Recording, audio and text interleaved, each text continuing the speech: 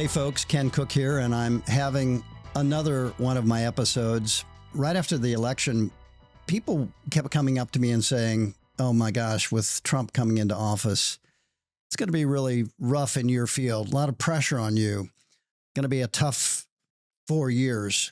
And true enough, we can see from the headlines that are appearing in the newspapers daily now, it does dramatically change the work that I do and that colleagues in the public interest community do. No doubt about that. But it's also a privilege to be able to do the work. I'm lucky because I can wake up every day and know that my job is to push back, and I'm able to do that as my vocation. As you've probably gathered if you've been watching this, I've been talking to a number of leaders in the public interest community, and part of the reason why is I'm kind of checking in with them. And every person I talk to in that role speaks to the fact that, hey, I'm doing fine. It's the people I'm working to protect, the resources, the clean air, the clean water, the healthy food. That's got my attention. That's what I'm worried about. That's what I'm afraid is going to be harmed over the next 4 years. And that's what I'm here to protect. So, we've talked to Peter Galvin, the legendary founder of the Center for Biological Diversity, Peter Lurie, Dr. Peter Lurie from Center for Science and the Public Interest. And we'll be talking to more leaders like that. And part of the reason I wanted to do it is, first of all, because they're amazing organizations that you need to know about. And one reason you need to know about it is because right now, these are the folks who are fighting for all of us to make sure that we honor the laws and policies that have been put in place to protect our air and our water, our land, our food. And these are the organizations that have your back at this time. Folks who are used to fighting, used to standing up to governments no matter who is in charge, Democrat or Republican. So today I'm speaking with one of those incredible leaders in the environmental movement, DJ Gerken. He's the president and executive director of the Southern Environmental Law Center. Now, if you haven't heard about SELC, I am really delighted to introduce you to them. This is one of those organizations that when I see them on a legal case or a petition to the government, I just immediately feel a little sorry for the sons of bitches on the other side. For decades now, SELC has been fighting the good fight from 9 offices across 6 southern states, Alabama, Georgia, North Carolina, South Carolina, Tennessee, and Virginia. Their focus, their core is on the South, but their impact is national, even international in scope. SELC has been instrumental in protecting our health, ensuring the government does what it's supposed to do, when it's supposed to do it on time. They advocate at the state and federal level to make sure we have the best laws and regulations and that they're actually enforced. Now, some of the key areas SELC has worked on have been combating the coal industry and getting millions of tons of coal ash waste from power plants removed from these sketchy impoundments that sometimes collapse catastrophically, threatening water quality and health for scores of communities downstream. This work has also resulted in the retirement of over 150 coal units at over 50 power plants across 6 states. Because when utilities are forced to bear the full cost of their waste, and ash is a big part of that waste, instead of the taxpayers, coal is no longer the most cost-effective power option. Funny how that works, huh? SELC has been on the front lines of protecting the Atlantic coast from offshore drilling, stopping industrial polluters from dumping toxic chemicals into drinking water, and protecting cornerstone environmental protections. These are all going to be crucial areas in the upcoming battles we're facing in the next 4 years with the Trump administration. I've said this on the show before, and I'll say it again. Elections have consequences, and some of those consequences are pretty dirty. Since my last episode, Trump's EPA, with Lee Zeldin at the helm, has been unrolling a flurry of news releases, each detailing rollbacks on some of the most crucial climate and environmental regulations. What protections are in the crosshairs? Zeldin's specifically calling out rules aimed at speeding the nation's shift to electric vehicles, slashing planet-warming emissions from power plants, and safeguarding waterways from harmful pollution. How is that making America healthy again? This aligns nicely with Lee Zeldin's ideals of what environmental protection should be. Mr. Zeldin gave his views on this in a video he posted to X. Today, the Green New scam ends as the EPA does its part to usher in the golden age of American success. Our actions will lower the cost of living by making it more affordable to purchase a car, heat your home, and operate a business. From the campaign trail to day one and beyond, President Trump has delivered on his promise to unleash energy dominance and lower the cost of living. We at EPA will do our part to power the great American comeback. So essentially, we are going to ignore the E and the P parts of the EPA to make it easier for big companies to pollute our air, our water, our land, and harm Americans' health. Got it. Another big move from Zeldin's office, EPA plans to close all environmental justice offices. The New York Times got its hands on an internal memo that outlined the reorganization and elimination of the offices of environmental justice in all 10 EPA regional offices, as well as the headquarters in Washington. As journalist Lisa Friedman states, quote, Mr. Zeldin's move effectively ends 3 decades of work at the EPA to try to ease the pollution that burdens poor and minority communities, which are frequently located near highways, power plants, industrial plants, and other polluting facilities. Studies have shown that people who live in those communities have higher rates of asthma, heart disease, and other health problems compared with the national average. That's the professional journalistic way to talk about what's going on, but I kind of prefer the take from one of my colleagues at NRDC, Matthew Tejeda, who said, if anybody needed a clearer sign that this administration gives not a single damn for the people of the United States, this is it. Matthew served at the EPA for 10 years.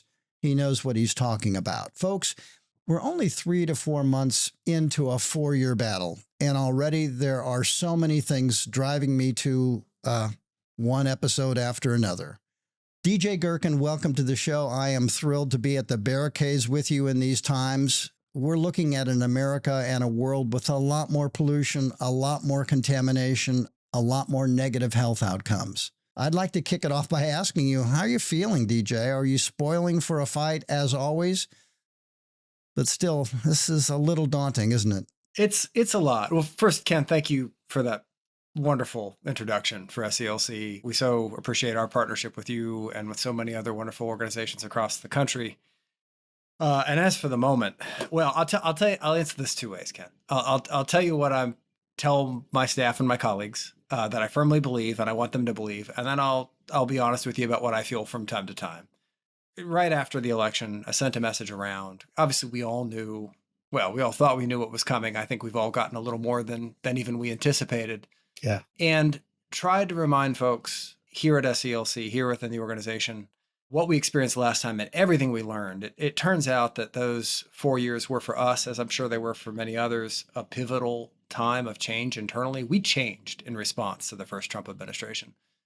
And part of what that means is we're much better prepared this time around than we were in 2017. And we put a lot of work into expanding our capacity, having clear strategies. So just trying to remind our team that we're ready and trying to offer them the perspective that, we're all going to be feeling the impacts of this choice the nation made in so many ways in our personal lives and our professional lives. And it is a great privilege to be one of the few people that have the opportunity professionally to make some measure of difference. And I personally find a lot of solace in that. It by no means am I kind of strolling through my days, all cheer and appreciation for the moment, but this is why I'm here. It's why my colleagues are here. I know it's why you and your colleagues do what you do, and having the opportunity to push back, to fight back. If you're the kind of personality that thrives on that kind of scrap, it is a bright spot. So for all that, I will say, I read the news too much. I'm sure you and all the folks watching do as well. I am surprised occasionally at the news story that will just tip me below the waters for 24 hours or so. It's often not an environmental story. It's not even something that affects me directly, but it's just something about the story typifies the complete lack of integrity, the complete lack of compassion, complete lack of respect for the rule of law. And those are the things that seem to get me reeling. So far, I've been able to bounce back within 24 hours every time. I'll tell you the last thing I told my colleagues is, among the things at threat, in addition to everything you named, the environmental progress we've made, our environmental future, the basic idea of what our government is for and what it's supposed to do and who it's supposed to work for is at stake. And there I do have a very strong feeling. Occasionally I'll talk to someone who's nihilist. There's nothing we could do. It's fight in the streets or nothing. And by all means, go out in the streets and protest. But democracy works as long as we believe it does. And that can feel Pollyannish at some of these days, but recourse to the courts, standing up for the rule of law, standing up for integrity and basic fact. I do think this is a grand illusion that we have all been embracing for a couple centuries, and it has done us a lot of good. And I am determined to cling stubbornly to the faith that this thing works and that it means something and that it is real. And I think that's part of the role we all play in this moment, is just stubbornly refusing to stop believing that this is how it's supposed to be. Yeah, I couldn't agree with you more. And it puts fresh light on the importance of individuals. We might have thought these institutions were protecting us and that we needed to protect the institutions. And I can make an argument as to why that's correct. But institutions can't even turn on their own lights. Yeah. They can't file petitions. They can't enforce regulations. They can't inspire anybody. They just sit there. It takes people to animate them. And the people who are in the institutions now, I'll start with EPA, news coming out in the last 10 days from a Trump cabinet meeting, the first cabinet meeting, no less, that it's their ambition to dramatically reduce EPA's ability to do its job. At first, they said a 65% cut in staff, and then they walked that back and said 65% cut in resources, right? Yeah. In funding. Who knows where it will end up? But we do know that Administrator Zeldin has very aggressively gone after all kinds of grants, climate change grants, environmental justice grants. We know that people are leaving the agency in disturbing numbers. We built an agency back up at EPA, and the same with Interior and the same with FDA for a few years, and only to see it possibly torn down now. And I said when Zeldin was announced that the most important thing to know about him was not his position on any particular issue, but that his job is to destroy the EPA as an effective regulating force, as an effective policymaking force. Really the crown jewel globally has been for many decades of environmental protection. How do you look at your priorities against that context, DJ, where you might fight a clean air fight, you might fight a safe drinking water fight, statute by statute go through, and all of those issues will be presented to us. And I know you'll be in court and you'll be testifying and active in many ways on all of them. But the basic idea of tearing down the agency so it can't do its job, and therefore people lose faith in the government's ability to do its job, and they want it torn down even more. It's a virtuous cycle if you're about nihilism, right? Yeah. Oh, absolutely. And self-fulfilling, right? It takes decades to earn the trust of the American people that these institutions will work. And let's be honest, even an august agency like EPA still had work to do to earn trust from many communities across the country that had been underserved. And they had been working very hard on that in the past 4 years in particular. But it only takes a short amount of time if you're willing to toss out anything resembling norms, anything resembling the kind of agreed rules of the road for how our government operates, to tear it down, to tear down that trust, and as you noted, to tear down the internal structures of the agency that get things done. This is a job. This is a profession. These folks inside the agency some of them have devoted their career to. There is a lot of insight, a lot of intelligence, a lot of experience earned inside their heads that is now walking out the door because they've given up hope on the government, or they're being forced out. I don't want to sound naively optimistic because these times are really hard and we're going to lose a lot of important ground. It's the short answer. But talking to my colleagues, talking to my board, I've really emphasized, we all know this pendulum swings back and forth, right? And it has busted through all the guardrails. The pendulum's way over here now, right? Yeah. But it will come back again. And it'll come back because we're collectively pulling on it. So in the seeds of their overreach is where the next opportunity for progress is going to come from. Absolutely. They are going to do lasting damage to the agency. And that is, I think, the big problem. Even when the pendulum swings back, it's going to take a long time to rebuild what has been broken. But the more we can make, and this is where, that Clean Air Act case, that Clean Water Act case, being in the communities, touching the ground is, I think, so important, is to show people, even people who believe strongly that they support what's happening, because who doesn't support government efficiency, right? Who's going to make the normative case for big government just for the sake of big government? If you follow these issues at a remove, at a distance, some of what's being said can be very appealing, unless and until you realize how it affects your life, how it affects your community. I grew up in Western North Carolina. If you're from Western North Carolina and you love the National Forest, well, they've suddenly laid off most of their staff that are rebuilding the roads after the hurricane, right? And so that is touching communities all across the region, and they get that. My neighbors, our communities, our friends, they get that no matter who they voted for. So we're going to have opportunities in what's happening. The silver lining in this cloud is that the more we can make sure we cut through the chaos and build a consistent story of what's at stake and what we're losing, as you're doing here with this podcast, the more we lay the groundwork for a bigger coalition for environmental protection and for so many things we care about, and that's the path forward, then we're going to have a generation of work to rebuild what has been torn down. But that's the foundation block in that rebuilding, is helping people remember, oh gosh, we had a big environmental movement in the 70s for a reason, because this affects all of us, right? Yeah. And, you said something that I feel very deeply, which is what a privilege to be able to be on the barricades, to be professionally involved in pushing back. Yeah. DJ, as you look across all that's coming at us, I know SELC does a lot of different things, but I think of you as pugnacious, effective, tireless litigators. Oh, thank you. Tell us a little bit about public interest law. I describe it as, that's the law that tries to get the government to do what it's supposed to do. And great public interest law firms like SELC, and there are others, Earth Justice in our field, Center for Biological Diversity, NRDC, other great litigators out there. But SELC has really carved out an important role by taking on these tough cases down south. So when you look at the Trump administration coming in, what are some of the main concerns you have, main frontline fights that you're already in, I'm sure, or at least getting ready for, DJ? Yeah, we did a lot of work coming in, planning for 2 election scenarios. We don't normally do that with our work planning, but they were such radically different universes. We felt the need to do that. And so even coming into the election, again, lessons learned from the first administration, I had a forecast from my colleagues of how this would play out.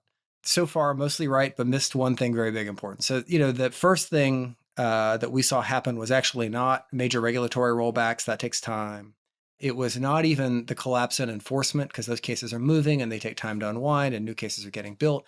It was project approvals. It was things that should never have been blessed by the federal government, that violated the law, getting rubber stamped through because of political connections. So that was kind of round one for us in the first Trump administration. We expected that Give us an example of a really big multi-year campaign we worked on in the first Trump administration was the work to stop the Atlantic Coast Pipeline, which would have extended from West Virginia down to North Carolina.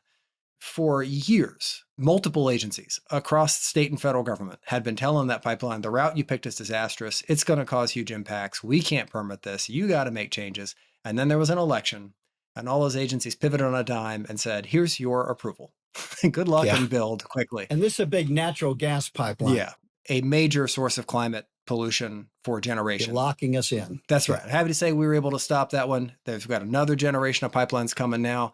But that was kind of the first wave, was just rubber stamp approvals for things that never met the standard, never should have been allowed under law. And then later on, we saw the efforts to really tear down the regulations that keep us all safe from pollution, our clean air, our clean water, that implement these 50-year-old statutes that represent a great national bargain to value our environment over shorter term interests. And we saw that. And so that ended up being a lot of litigation around that front. that's still, I think, kind of what we're seeing and along the way, enforcement falls off and we end up trying to step in as public interest lawyers to enforce environmental protection laws against bad actors, polluters. Of course, we can't do even collectively the movement. All Yeah. the wonderful environmental organizations can't fill the job of state and federal government. Our model usually is to use what we know how to do as leverage to force industry and to force the government to do its job well. Right. But we can close the gap somewhat. And in doing so, highlight what's being abandoned. As I said, that's part of bringing the pendulum back. Those, stepping in and filling that enforcement void. So all that, I think, is how it's playing out now. The difference is this kind of Doge chainsaw phenomenon on the front end of all of that. Like the executive orders are alarming and painful to read, but they don't actually do much. Mostly what they say is bring me a study in 60 days, or, I'd like you to amend the regulations to do this. So there's another wave coming with most of those executive orders. But boy, the staff cuts, right? The Yeah. as you said, Zeldin's eviscerating EPA, what's going on at the Agriculture, Interior, all the resource agencies.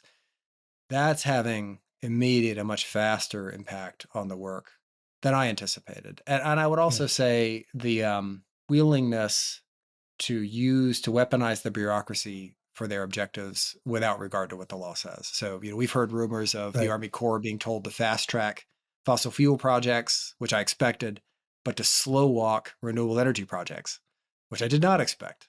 Yeah. And so there's some of that too, but it is largely the playbook we knew would come. And it's such a frenzy right now, but this is going to play out over years. The real impacts are Yeah. going to play out over years. And we are still very much, all of us, in this fight, in this game. Before the rubber hits the road, they're going to have to go through all of us. And we're going to really catch a lot more than people might expect based on the news coverage right now. Yeah. No, I think that's right. And I was very proud to be an environmentalist during Trump 1. Yeah. I felt like we were, treading water. I felt like we were wasting a lot of time and effort just to keep things on track.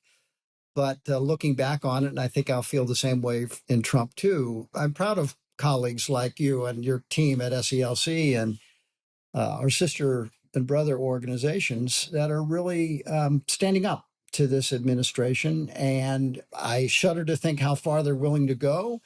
What if they don't obey court orders? There's some indication that they're thinking maybe that's optional for them. We'll see. But that's a case where institutions can take you so far, but individuals really have to, give meaning to what institutions stand for. Say a little bit about how big is SELC and how many lawsuits are you involved in at any given time? I know you've got all kinds of policy initiatives as well, DJ, but it's a muscular organization. I think the public needs to know, our audience needs to know that we've got a real ally in SELC. Yeah, well, thank you for that. We are, and we're proud to be, because I think it's important for the niche we play in the national movement, a really robust organization with a lot of capacity and critically a lot of reach. So, we are one of the cohort, and we're not the only one, of organizations that are very committed to being place-based. We are of the South. Our mission is the South. What we pair with that place-based focus is the reach and capacity of a national organization. So we're 230 staff, about 110 lawyers. We've got, in addition to those lawyers, communications professionals, geospatial analysts, science and policy analysts, lobbyists, and policy advocates, a couple organizers now. And our model is to work with great environmental organizations like yours, be their partner, be their lawyer, bring our resources to the table, and do what we do. We are a partner to the grassroots movement. And at this point, we've worked with, I think, it's certainly every organization in the South and most of them nationally. And what I think we do particularly well, and that allows us to produce results that I think are outsized for our scale, is there's something really powerful about touching the ground and being at work in all of these communities. We earn expertise in environmental law and policy, as you do and others do. But I remind our staff every day, our most important expertise is in the South. And what that means is important not just for the South. It means that, one, we see emerging issues in the environmental movement early because we are connected with communities and grassroots organizations all across the South. We see patterns. This is now happening in this community in this state, this community in this state. And what is the gap in the law? What is the gap in policy that's allowing this to happen? It gives us an opportunity to get early on that. And we critically, for making progress in court, in a policy forum, in campaigns trying to persuade the public, the best story wins. You know this, right? And the best story has real people impacted. And so one of the things I think we really bring to the national stage, being so place-based, is we bring powerful local stories to the national stage paired with environmental law policy and expertise. So, there's a handful of organizations with our reach and capacity nationwide. And depending on the issue, there'll be 4 or 5 organizations with the capacity to really engage at the federal level. And depending on the issue, we're one of those 4 or 5. Yeah. And often around that table, someone will say, well, does anyone know anyone that's actually impacted by this? So that we can bring a case, so that we can get them up to DC, and we're the first to raise our hand, because that's really our great strength. And so we see a very tight connection to our place-based focus on the South. And then the way I describe our mission to our colleagues is we don't do anything at the national stage because it's happening at the national stage. Everything we do because it's relevant to the South. But once we take it on, we'll go anywhere to get the win. And so if we have to change the whole nation's mind, that's what we'll do. If we have to, and this is a real example, go to the United Kingdom and lobby to change tax policy, we'll do that. Wherever the win is for the South, that's where we go. And it takes us to some really interesting places.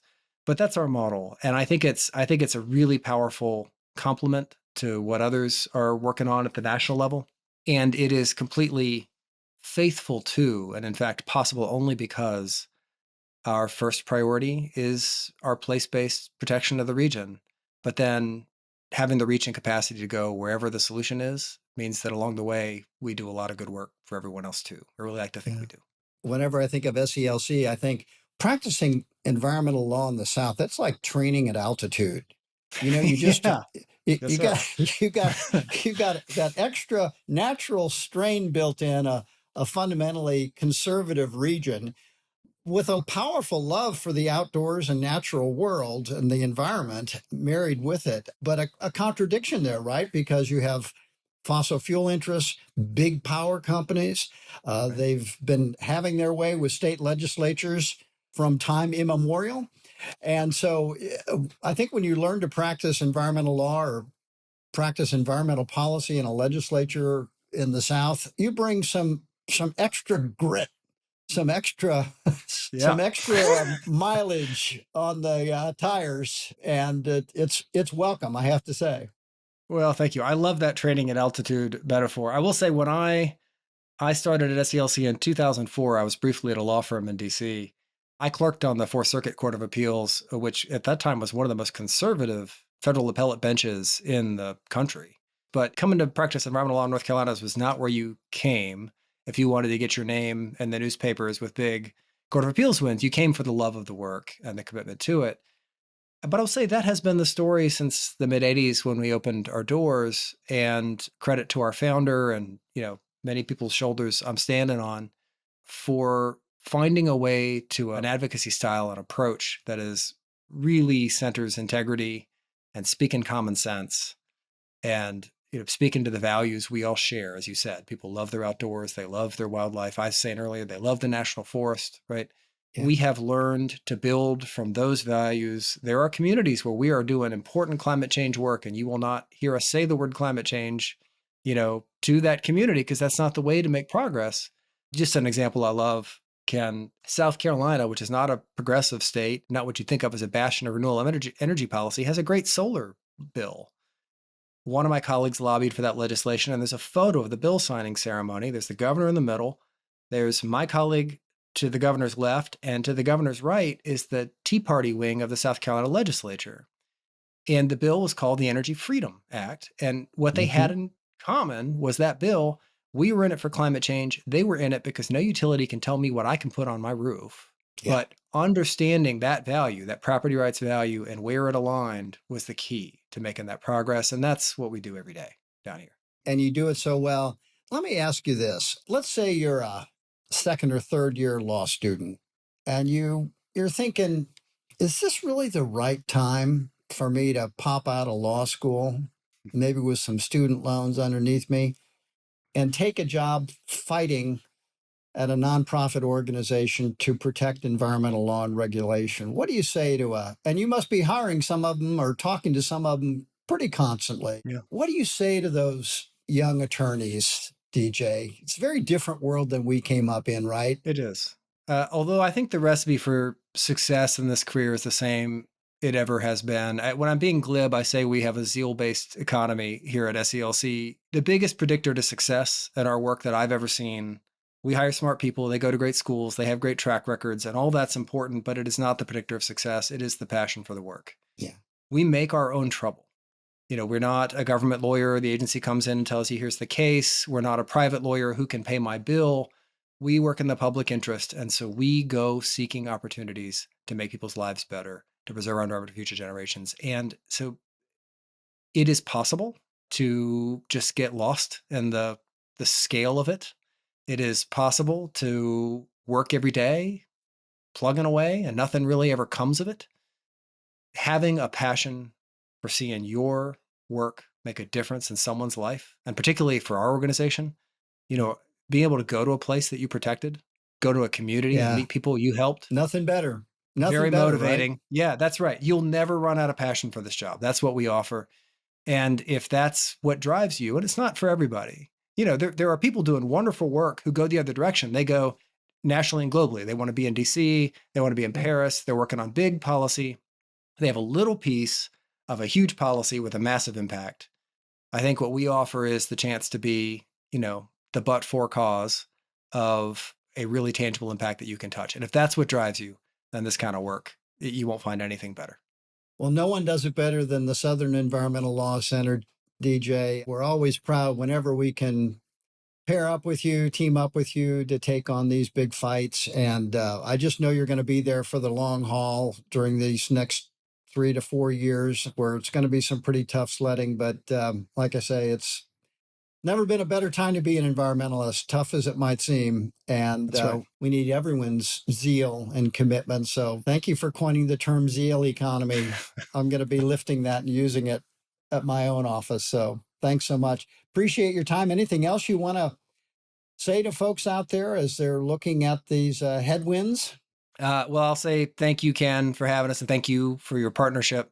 And I would say watch their feet and don't read their tweets. Pay attention to what's actually happening in the world, and you'll feel much more centered and much more ready for the long fight that's ahead. Amen to that. DJ Gerken, Southern Environmental Law Center President and Executive Director. A pleasure to have you on. I have these episodes all the time. This one made me feel really good. Thanks for the fight, brother.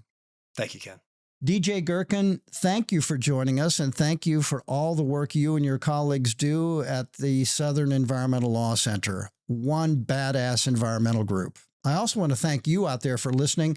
If you'd like to learn more, be sure to check out our show notes for additional links to take a deeper dive into today's discussion. Make sure to follow our show on Instagram at Ken Cook's Podcast. And if you're interested in learning more about EWG, head over to EWG.org or check out the EWG Instagram account at Environmental Working Group. If you like this episode, send it to a friend who you think might like it too. Environmentalism is all about meeting people where they're at. And if you're listening to this, you probably know someone who might be interested in today's episode. They just don't know it yet. My ask is that you send it to that person or as many people as you see fit. Today's episode was produced by the amazing Beth Rowe and Mary Kelly. Our show's theme music is by Moby, and thanks again for listening.